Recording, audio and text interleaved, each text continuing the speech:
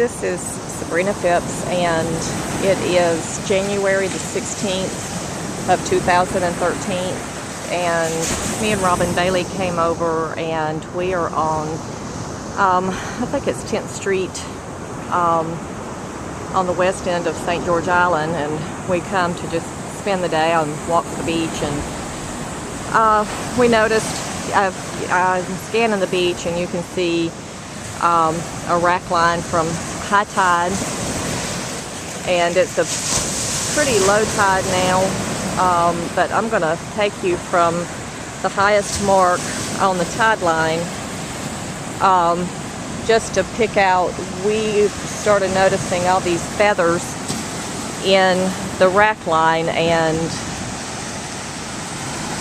probably the summer of July the 12th, we noticed that when we would come over to the beach from earlier video, that we commented that made note that there weren't a lot of shorebirds, or there weren't the amount of shorebirds that we're used to seeing on the beach. And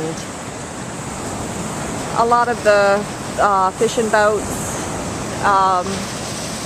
around the same time started noticing that there were not a lot of birds in the bay diving on bait, and that's one of the ways that they find bait to go fishing with, and is they look for the birds feeding on the bait and go cast their bait nets into them, and usually have more than they can pull up in one net, and they put them in their live well and they're off fishing. And this year bait was very difficult for them to get, as well as there were not a lot of birds out feeding on bait to help them locate it.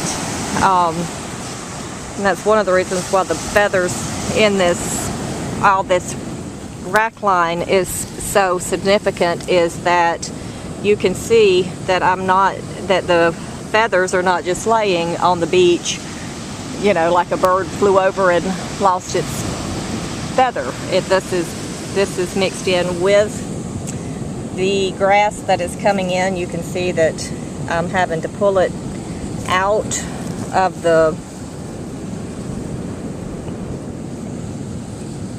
seaweed that has washed up all along this high tide rack line. And as I walk down to the beach, and I'd probably say maybe 10 feet, 20 feet, all along where the tide has washed in and left the grass, there's feathers of all shapes and sizes, from looks to be different species of birds. And you know, I don't know how fresh of a kill you would say that this is, but there is definitely feathers all in this seaweed. And that's just another clump from the tide line. And as I walk down and examine these clumps of seaweed, there's feathers mixed all in with it. I mean,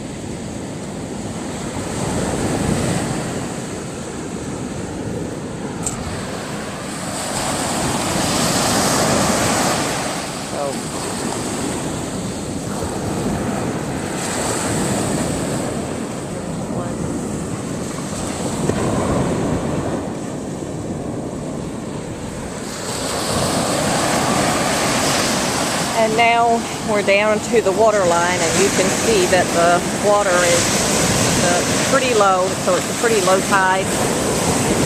And this is the lowest point of the seaweed line here, and it's still wet. and there's still feathers washing in with this stuff.